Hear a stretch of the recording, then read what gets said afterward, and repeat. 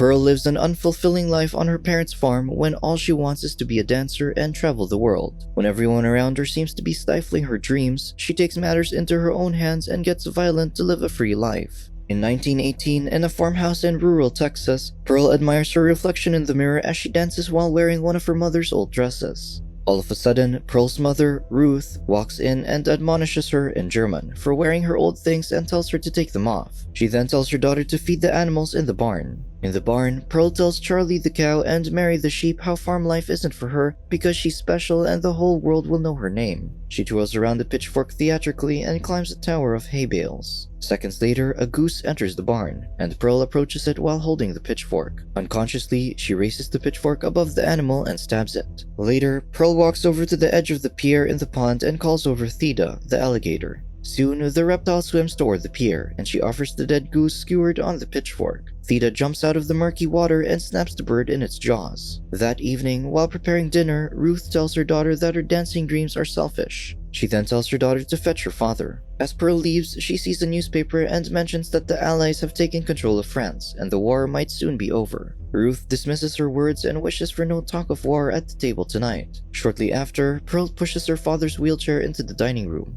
Her father is infirm, unable to speak, and can no longer care for himself. At the table, Ruth tells her daughter to help her father eat. Later that night, Pearl reads her husband Howard's letters to her as he's been away at war. Missing her husband, she imagines seeing Howard walking up the driveway wearing his uniform. Afterward, Pearl gives her father his medication and says she'll be going to town tomorrow to pick up some more. She says she plans to stop by the theater to watch a picture. She then gets into the tub and tells her father how all the best dancers get shown in the pictures and wishes she could be one of them someday. Abruptly, Ruth walks into the bathroom and says the money for the medication is on the table. She reminds her daughter to cover her face while in town because of the resurgence of influenza cases. The next day, Pearl rides her bike to the pharmacy for a refill of her father's syrup. She then goes to the theater to watch Palace Follies. She takes a swig from the medicine bottle before enjoying the images of the dancing women on screen. After the movie, Pearl reads the program in the alleyway beside the theater, where she meets a man who offers her a smoke and tells her she'd make it as a dancer if she wanted to.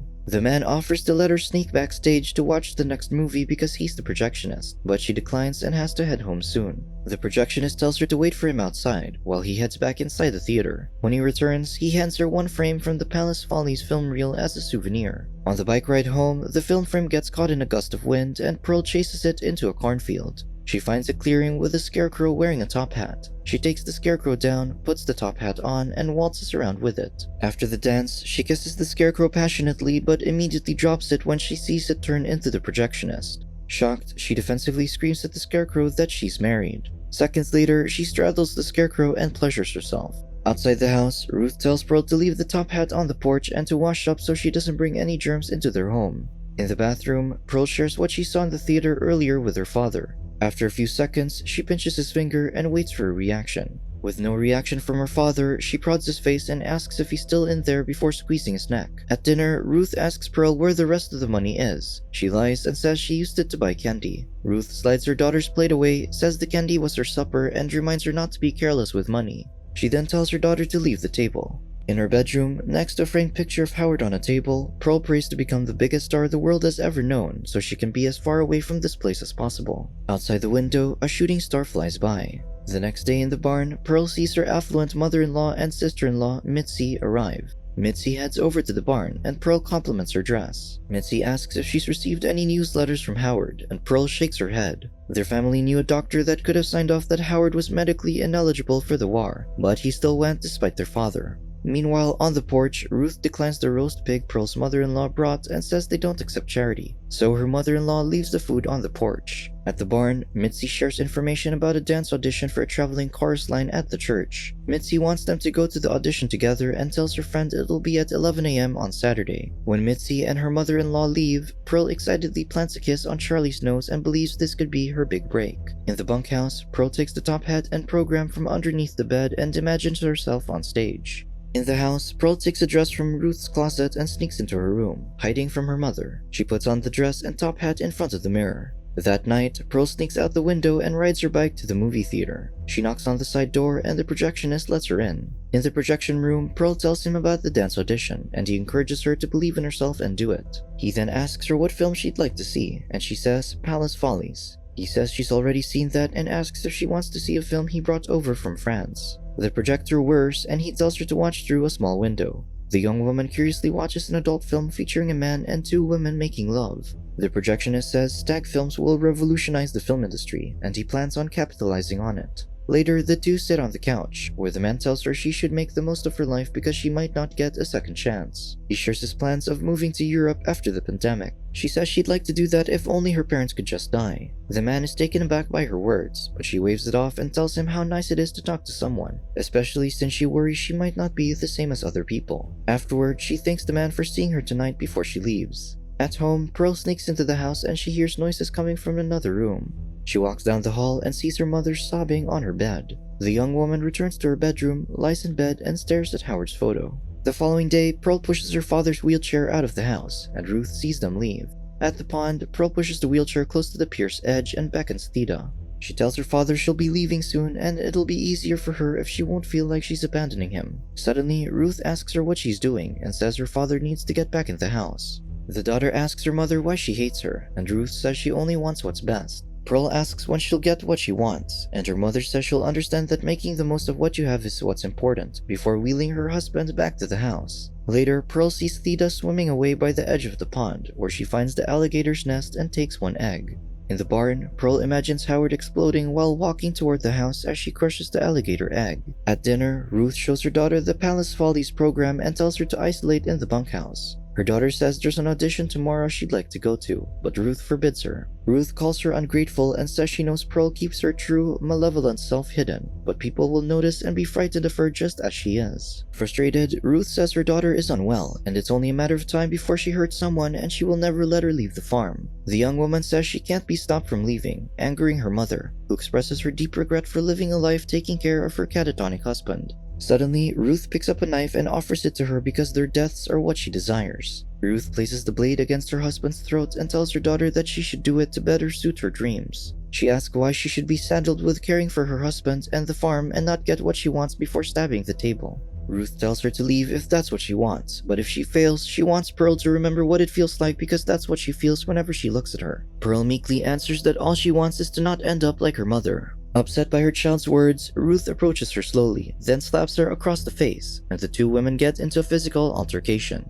Suddenly, Pearl pushes her mother to the hearth. Ruth's skirt catches on fire and soon she's engulfed in flames and drops to the floor. Her daughter puts the fire out by throwing a pot of water at her mother. Ruth moans in agony on the floor, covered in third-degree burns. All her husband can do is watch helplessly. Moments later, Pearl drags her mother down the cellar stairs. She returns to the dining room and sees the fear in her father's eyes. Later, Pearl heads to the theater and has a rendezvous with the projectionist. The young woman dreams of curtsying in front of an audience who toss flowers on the stage. Howard, her father, and Ruth applaud her, but as Ruth removes her mask, she reveals a badly burnt face. Suddenly, Pearl wakes up from the nightmare next to the projectionist. She gets up from bed, puts on her clothes, and tells him she must practice for the audition. He gives her top hat back and pulls her in for a kiss. Later, the projectionist drives Pearl home, and she sees a soldier walking by the road, wondering if it might be Howard. At the house, Pearl tells the man to stay outside for a moment. Inside, she finds her father still in the dining room and apologizes for leaving him. She places her ear next to the cellar door and listens for any noise.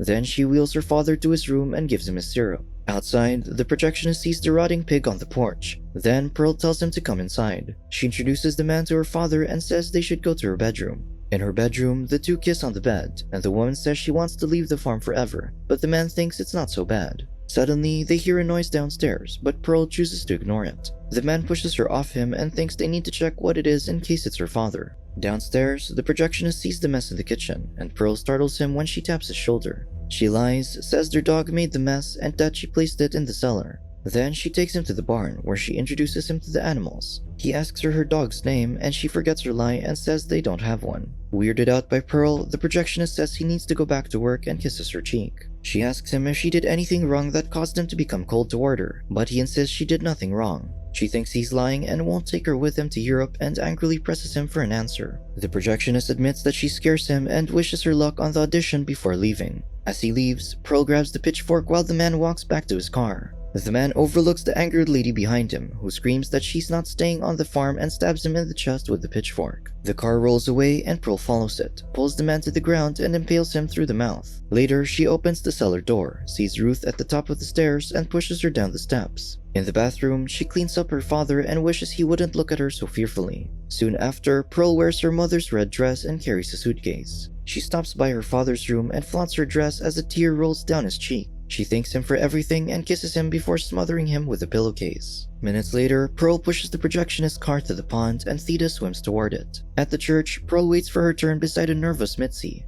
Mitzi asks her why she's not scared, and Pearl answers that she's just used to the feeling. When it's Pearl's turn to audition, she signals to the piano player that she's ready and begins her routine. Suddenly, the curtains behind her open, and she's joined by other dancers on stage as they perform in front of a battlefield. Near the end of the routine, fireworks light up the sky as she holds a triumphant pose. After the performance, the panel thanks Pearl for auditioning but rejects her. She asks them for a reason, and they tell her they're looking for someone younger and blonde. Tears fall from Pearl's eyes as she imagines the projectionist, Howard, and her parents on the panel. She begs them for another chance and screams that she's a star. Moments later, Mitzi finds Pearl bawling outside the church and offers to take her home. On the porch, Mitzi sees the rotting roast pig. Pearl sits at the dining table and Mitzi joins her, consoling her sister-in-law. Pearl confides that there may be something wrong with her, so Mitzi offers to pretend she's Howard and allows her friend to let out everything she's bottled up inside. Pearl goes on a lengthy confession starting with her resentment for Howard's aversion to his privilege, and how he never took her away from her miserable life even if he knew how much she hated it. She fantasizes about other men and having an affair with the projectionist. She admits to feeling relief when she miscarried Howard's child because she never wanted to be a mother.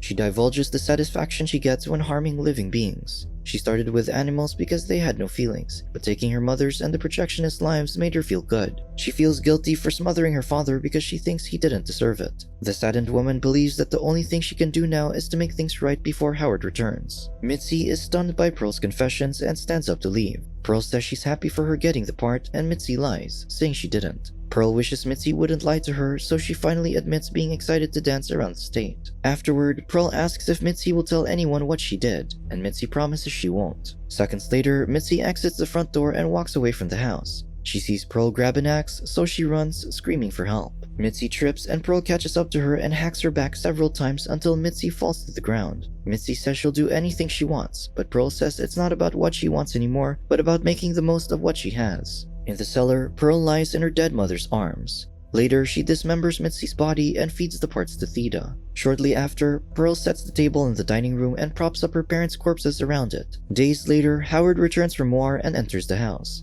He's horrified at the sight in the dining room and sees his wife in the corner. She tells him how happy she is that he's home and gives him a lingering, pained smile. Subscribe to watch more videos like this. Turn on notifications. And leave a like, it really helps the channel out. Thank you for watching.